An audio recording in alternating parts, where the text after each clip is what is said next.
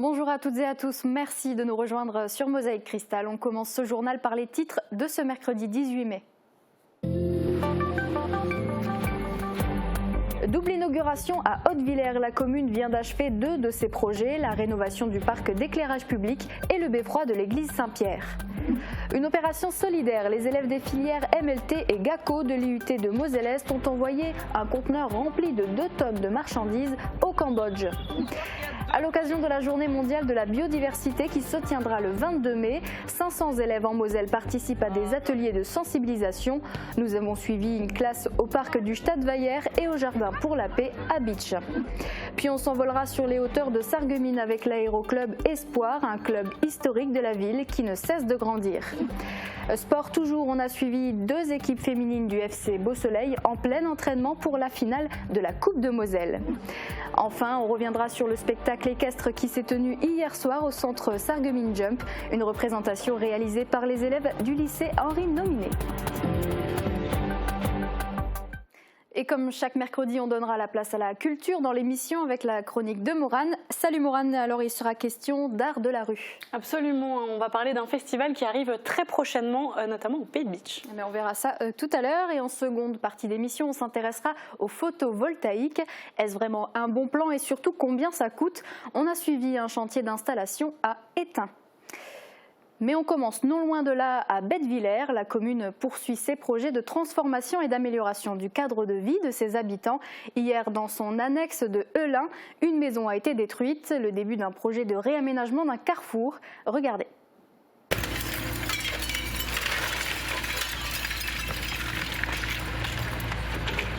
Située à un angle de rue très près de la route, la maison dite à Gustave faisait partie des anciennes maisons de Heulin, annexe de Bettevillers.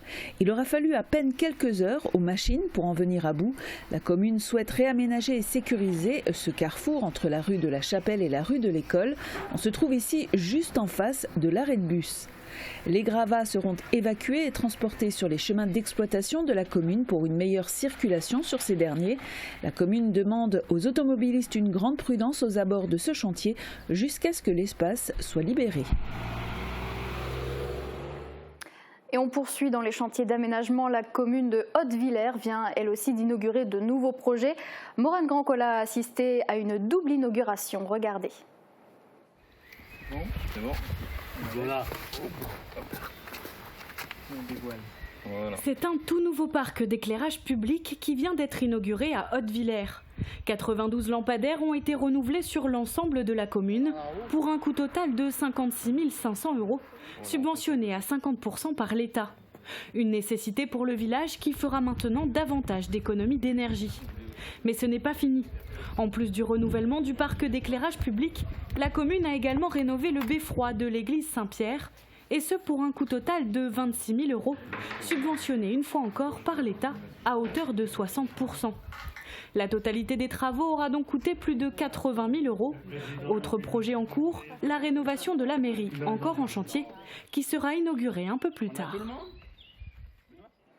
Après les Philippines, le Cambodge, un groupe d'étudiants de l'IUT de Moselle-Est à Sarreguemines s'est mobilisé pour récolter puis acheminer du matériel jusqu'au Cambodge.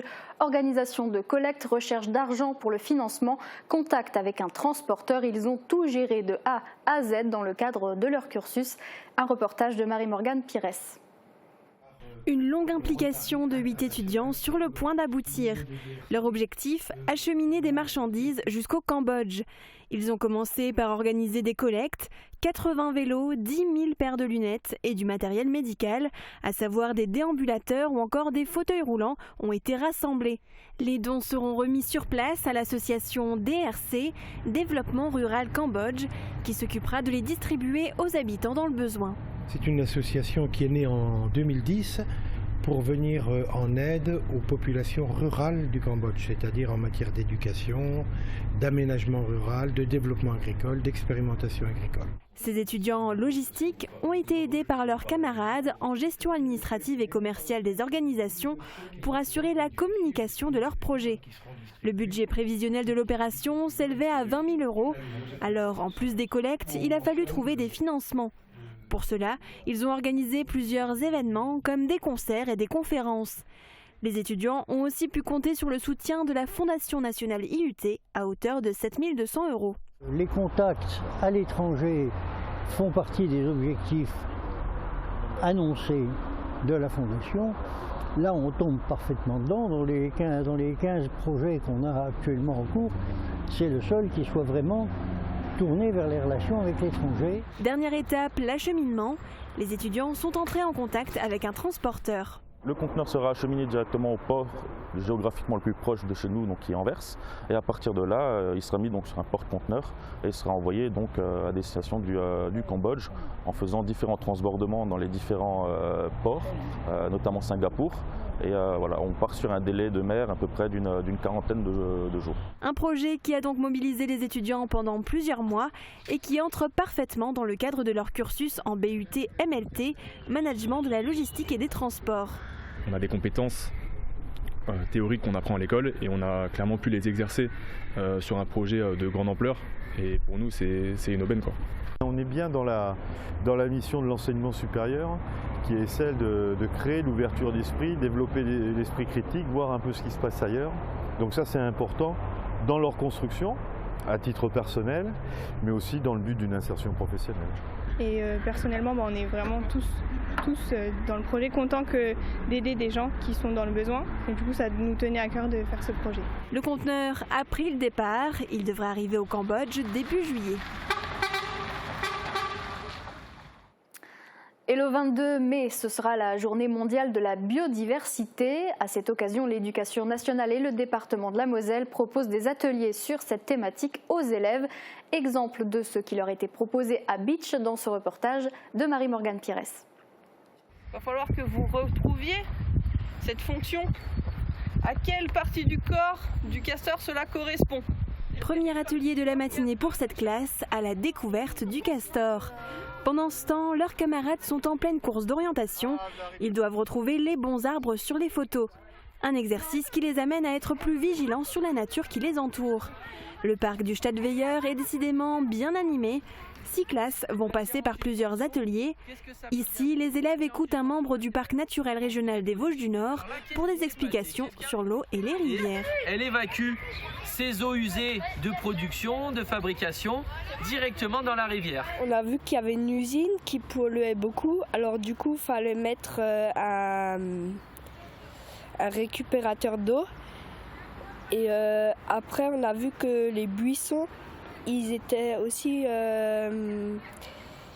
ils récupéraient aussi de la saleté. Et après, à la fin, on avait vu qu'il y avait presque plus de bactéries.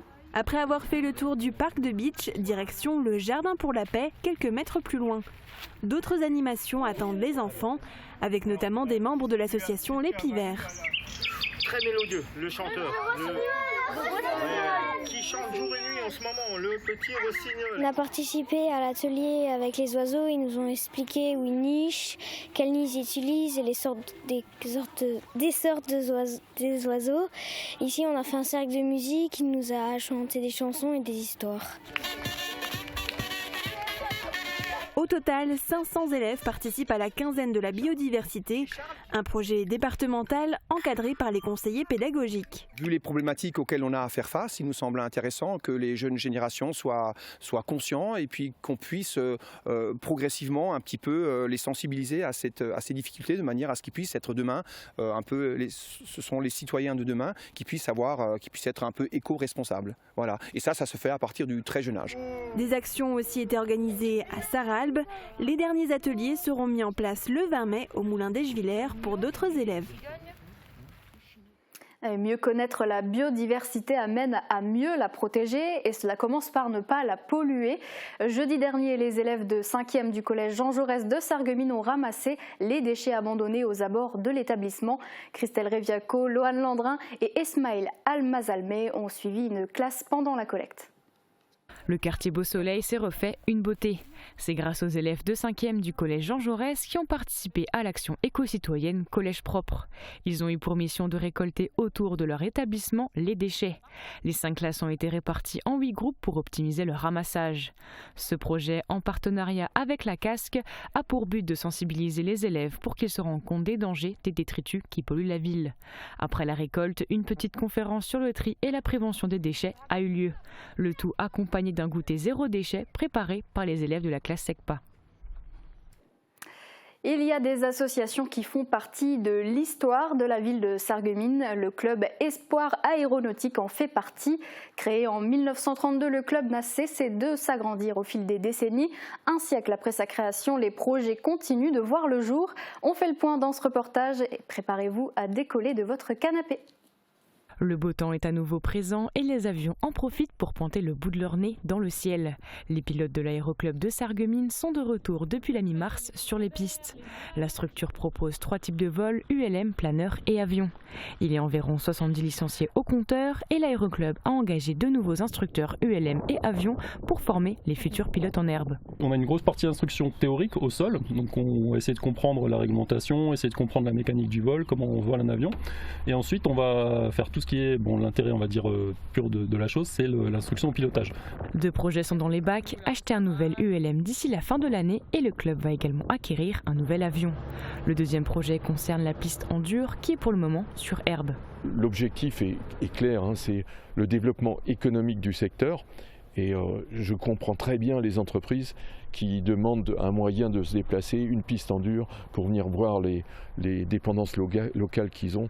Donc je pense que pour Sarreguemines, ce serait bien. Actuellement, la piste en dur n'est qu'un projet, aucune démarche n'a été engagée.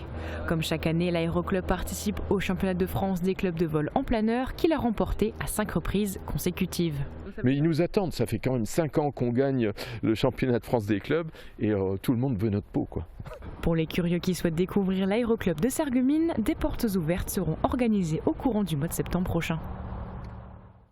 Et comme chaque année, l'Espoir Aéronautique de Sarreguemines participe à l'opération Ça plane pour elle, organisée par la Fédération française de vol en planeur. Ce sera les 25 et 26 juin et un tarif réduit sera proposé aux féminines.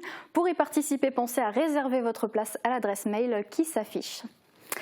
Et côté foot, les féminines du FC Beau Soleil sont prêtes à écrire l'histoire. 2 équipes du club, les U15 et les U18, vont disputer ce samedi la finale de la Coupe de Moselle contre Montigny-lès-Metz. Le FC Beau Soleil espère au moins gagner un des 2 duels pour repartir avec au moins un trophée, ce qui constituerait une première. Jamais une équipe féminine du FC Beau Soleil n'en a gagné une. Guillaume Dumonteil a rencontré ces jeunes championnes lors d'un entraînement.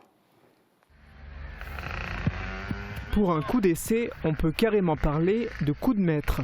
Première fois que le FC Beau Soleil participait à la Coupe de Moselle féminine et le club arrive à qualifier 2 équipes en finale, les U15 et les U18, d'où une fierté bien légitime.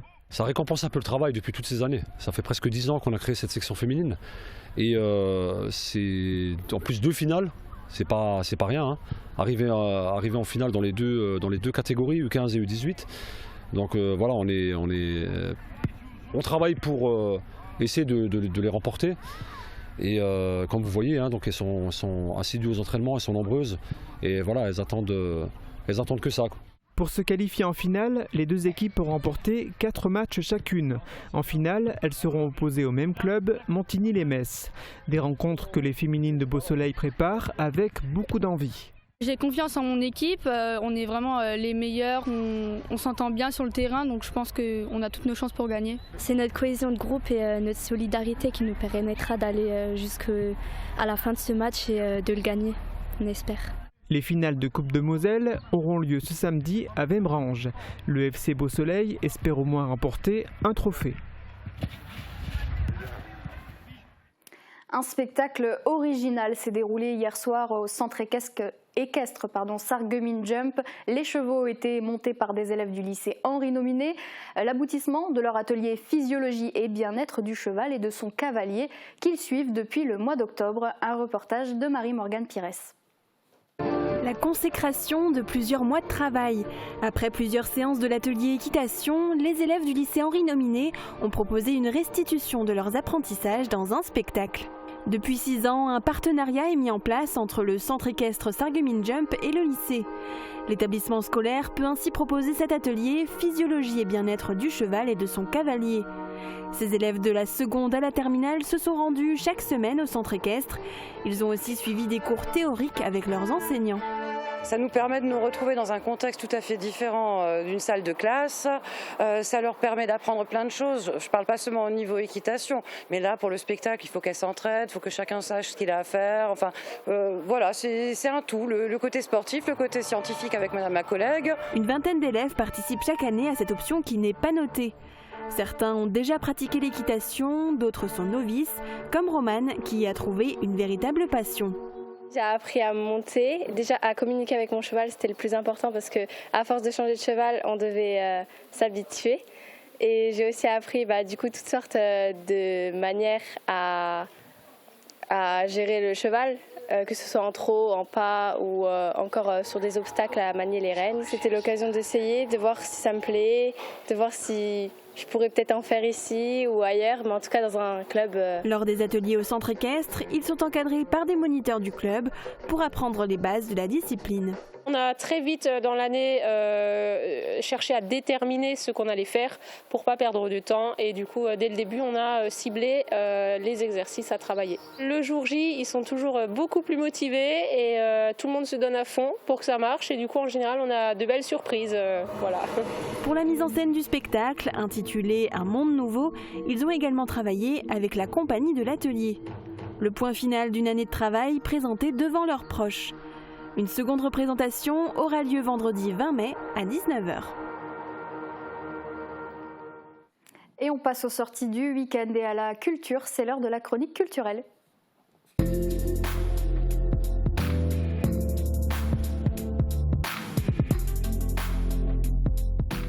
Et on commence bien sûr par les sorties qu'il y a à faire ce week-end. Et oui Margot, sortez vos agendas. Alors samedi soir, enfilez vos plus belles chaussures de danse pour un bal folk organisé dans le cadre du festival Mireille des Plates. Ce bal sera animé par les musiciens du groupe Parasol ainsi que ceux du groupe Quetchkechte. C'est à 20h à la maison de quartier de Velferdin. Et pour celles et ceux qui souhaitent perfectionner leur mouvement, eh bien des stages de danse sont proposés l'après-midi. Et je vous invite à vous tourner vers l'office de tourisme de Sarreguemines pour plus d'informations. Dimanche, toujours dans le cadre du festival Mireille des Plates, c'est un apéro-concert qui est proposé à la brasserie de la mairie de Sarreguemines, le Stammtisch, un apéro chanté participatif pour un moment de convivialité. C'est l'accordéoniste Sandra Klopp et le chanteur Charel qui animeront cet apéro. C'est à 11h et une fois encore, il est vivement conseillé de réserver vos places auprès de l'office de tourisme de Sarreguemines. Évidemment, on le rappelle, l'abus d'alcool est dangereux pour la santé, à consommer avec modération. Dimanche après-midi, la chorale Cassiopée fait son grand retour avec son traditionnel concert annuel intitulé La Clé des Chants.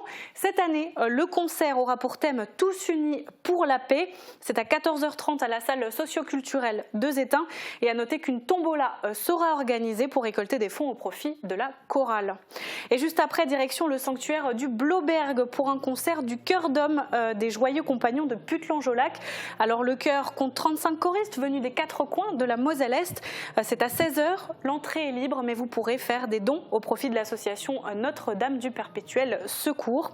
Et enfin pour terminer, la Patte Patrouille donne rendez-vous aux enfants ce dimanche après-midi au centre nautique de Sarreguemines. Au programme des animations, des tours de magie et des structures gonflables.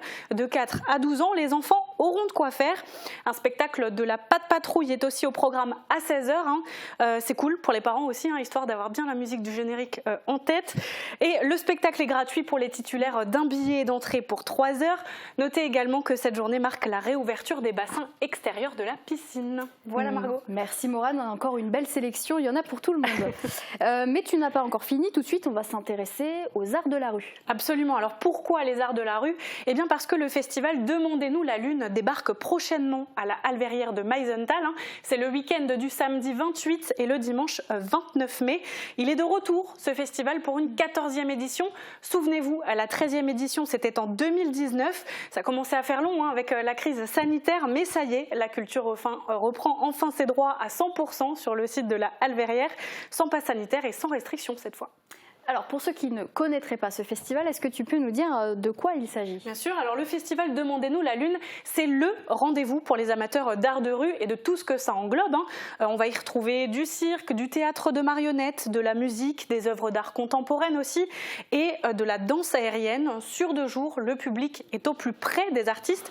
C'est aussi ça, les arts de rue, cette rencontre entre le spectacle et les spectateurs. En tout cas, cette 14e édition va faire beaucoup de bien culturellement parlant. Et je vous propose tout de suite d'écouter Pascal Klein, directeur de la Alverrière de Meisenthal. Je veux dire, c'est avec une immense joie qu'on amorce effectivement cette 14e édition. Donc il faut savoir que voilà, c'est vrai, c'est un rendez-vous assez important qui a démarré timidement il y a 14 ans devant une 50aine de personnes. Et là, on arrive à toucher quelques milliers de personnes sur les dernières éditions.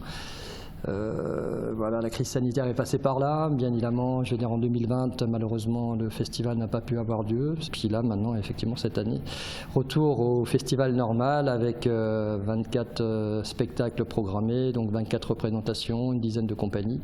Et à mon avis, ça va être un chouette rendez-vous attendu par un grand nombre de publics. Et j'espère que la fête sera belle comme dans les éditions passées, quoi. En tout cas, ça promet un beau festival. Quel est le programme pour cette 14e édition? Eh bien, au programme, il y a énormément de choses, Margot. Alors déjà, il faut savoir qu'une dizaine de compagnies, artistes et musiciens seront présents pour l'occasion, pour 24 animations au total. Et pour ce qui est de la programmation, eh bien, je ne vais bien sûr pas pouvoir tout dire, il y a énormément de choses. Mais j'ai sélectionné 2 animations pour vous teaser un peu ce qui vous attend. Alors déjà, il y aura la compagnie Les Petits Bras qui prendra de la hauteur dans l'usine de la Halle avec son spectacle Bruit de coulisses. Alors certains la connaissent déjà car la compagnie était de passage à Sarreguemines l'an passé lors de la Summerfest. Bruit de coulisses vous emmène donc dans les airs pour un spectacle acrobatique sur fond de tableau baroque, un spectacle qui vous donnera des frissons. Et puis le cirque In Extremis sera également présent. Alors une fois encore, il était déjà de passage au Pays Beach lors du festival Il était une fois de la CCPB. Et bien cette fois, c'est un spectacle tout en équilibre que proposent les artistes. Ça s'appelle Extrémité de l'équilibre instable sur planche et bouteille de gaz, un spectacle qui mêle humour et adresse. Alors bien sûr, le programme complet est à découvrir sur le site internet de la Alverrière et d'ailleurs le lien s'affiche au bas de votre écran. Et ça donne envie. Alors, info pratique, combien ça coûte et est-ce qu'il faut réserver avant? Alors, tu fais bien de demander, Margot. L'entrée est libre, c'est totalement gratuit et sans réservation. Alors, seules 2 animations seront soumises à une réservation, le concert BPM et le spectacle Délirium du Papillon. Et ce, pour des raisons logistiques, ces deux animations se dérouleront dans la boîte noire. Et la boîte noire, eh bien, évidemment, il y a des places limitées. Donc, pensez à réserver vos places en amont sur le site internet, une nouvelle fois, de la Alverrière de Meisenthal. Et j'imagine que les autres animations se feront, elles, en dehors de la boîte noire. Ah oui, c'est vrai que quand on pense à la Alverrière de Meisenthal, on pense directement à la boîte noire. Mais la Alverrière de Meisenthal, c'est pas que la boîte noire. Il y a aussi l'usine, le hall et la terrasse. Et pour le festival Demandez-nous la Lune, eh bien, les animations seront donc dispatchées sur tout le site de la Alverrière. L'usine accueillera notamment le spectacle dont je viens de vous parler, des Petits Bras, qui a besoin d'une immense structure métallique pour son numéro. Et pour parler un peu de ce beau lieu culturel qu'est la Alverrière, il accueille aussi des animations toute l'année. Absolument, Margot. D'ailleurs, pour en profiter toute l'année, la nouvelle carte de fidélité vient de sortir pour la saison 2022-2023. Alors, elle vous donne accès à 2 concerts gratuits par an, des tarifs réduits sur toute la programmation, un accès VIP à l'entrée et bien d'autres avantages encore. Elle coûte 15 € et vous donnera aussi accès à d'autres salles conventionnées, comme la BAM de Metz, l'autre canal de Nancy ou encore la Souris Verte d'Épinal. Et cette carte, elle est aussi disponible en tarif réduit pour les étudiants, par exemple. Voilà, Margot, c'était l'instant pub. Oui, c'est chouette. Le message est passé en tout cas. Est-ce que tu peux, au final, nous rappeler les dates? Bien sûr. Alors, la 14e édition du festival Demandez-nous la Lune de la Alverrière de Meisenthal se tiendra donc le samedi 28 mai de 14h30 jusqu'au bout de la night et le dimanche 29 mai de 11h à 19h. C'est gratuit. Profitez-en. Et dernière info, comme on parle de la Alverrière de Meisenthal, vendredi soir, la chanteuse Zaz se produira à l'usine. Elle revient avec un tout nouvel album, le 5e, intitulé Isa. Ouverture des portes à 19h et vous pouvez réserver vos billets en ligne, tarif 38 €. Et cette fois, j'ai vraiment terminé, Margot. Merci beaucoup, Maurane, pour toutes ces infos. C'est un beau festival qui nous attend avec une belle programmation et je te dis à la semaine prochaine. À la semaine prochaine. Pour l'heure, on marque une courte pause. On se retrouve dans un instant pour parler photovoltaïque. À tout de suite. La rénovation de vos façades avec Modern Habitat allie esthétique et une résistance garantie à toutes les intempéries. Retrouvez votre programme avec le Crédit Mutuel, partenaire des grands événements de votre région. Une banque qui appartient à ses clients, ça change tout. Bonjour tout le monde, comme vous pouvez le voir sur ce tableau, un nouveau pic de chaleur nous attend pour vendredi. Ces fortes températures sont assez inédites, sachant que les moyennes pour la saison tournent plutôt autour des 20 degrés. Vous pouvez également voir que les maximales avoisinent les 27 degrés pour la journée de demain, malgré un temps plus couvert agrémenté de quelques averses localisées. Des orages sont même attendus en fin de journée sur tout le territoire.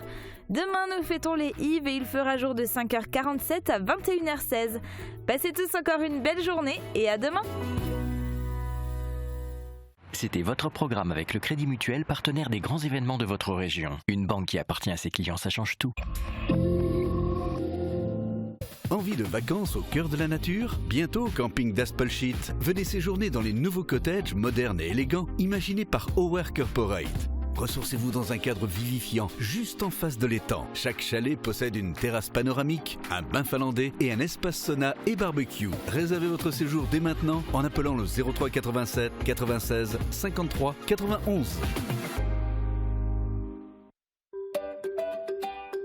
Vous êtes à Sarreguemines, faites d'une pierre deux coups et profitez-en pour faire vos courses hebdomadaires. Un parking au frais et au sec gratuit, un caddie, l'ascenseur et vous voilà déjà dans un superbe magasin Leclerc.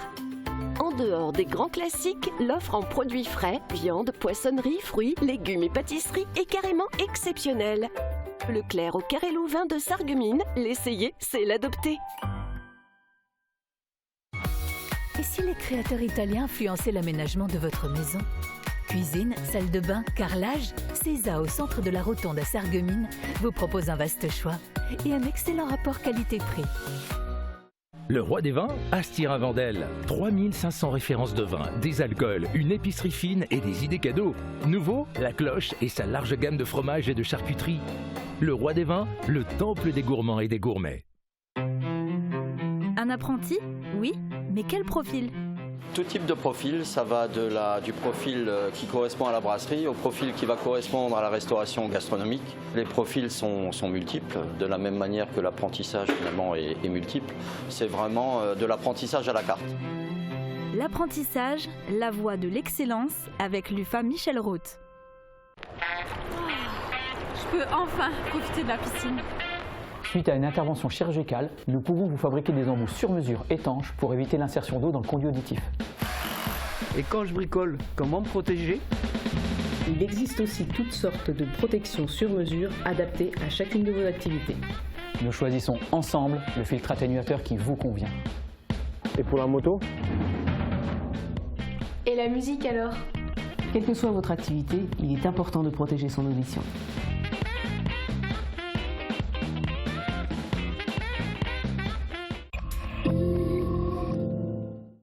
En ce mois de mai, Café Crensel se transforme en May Crensel et vous invite pour 2 heures de spectacle en Platz.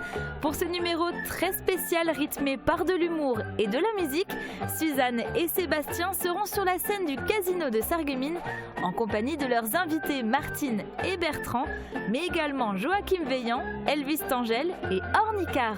Pour ne rien manquer de ce May Crensel, rendez-vous dimanche 22 mai à 14h30 au Casino de Sarreguemines.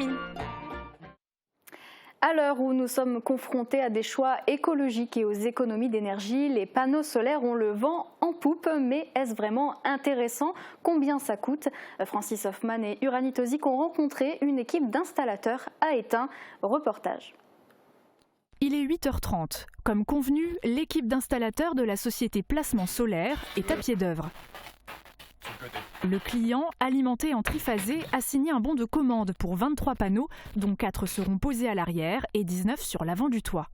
En théorie, l'installation terminée devrait produire 8600 kW annuels, soit un tiers de la consommation annuelle de cette maison à 2 appartements, totalisant 200 m² habitables. D'après le site Agathe Météo, la Moselle bénéficie de quelques 1600 heures d'ensoleillement à l'année.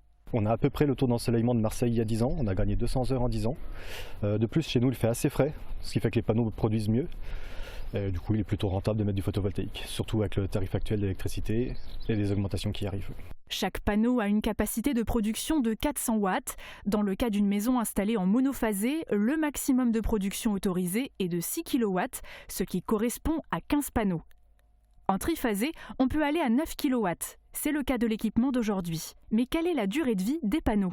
La loi oblige à avoir un rendement de 80% au bout de 20 ans. Donc, tous les panneaux ont cette loi, enfin ce rendement. Et de plus, la plupart des panneaux donneront moins 90% au bout de 25 ans. L'installation va s'autofinancer à travers l'économie réalisée. Elle rapportera de l'argent au mieux au bout de 8 ans. Alors qu'en est-il du démarchage dont nous sommes tous confrontés et qui va parfois jusqu'à annoncer une installation à 1 €? Donc c'est du faux. Il y a beaucoup d'arnaques sur tout ce qui est pub sur Internet. La seule prime qui reste, c'est la prime d'investissement d'EDF. Je conseille à tout le monde qui veut faire du photovoltaïque de faire plusieurs devis, de chercher du local pour vraiment comparer. L'équipe est très organisée. Pendant que les uns s'affairent à la pause, Kevin Sherman s'occupe de la liaison vers le tableau électrique. Au final, l'installation est assez simple. Les panneaux sont installés en surface, fixés sur la charpente. Chaque panneau est relié à un micro-onduleur qui transforme le courant continu en alternatif. Donc ça va être grâce à la passerelle qui est ici. Donc c'est une Envoy Meterhead. Elle permet de voir chaque micro-onduleur qui communique avec, donc de voir la production, de voir la consommation directe de l'habitation grâce aux pinces de mesure qu'on a remis à l'entrée du coffret.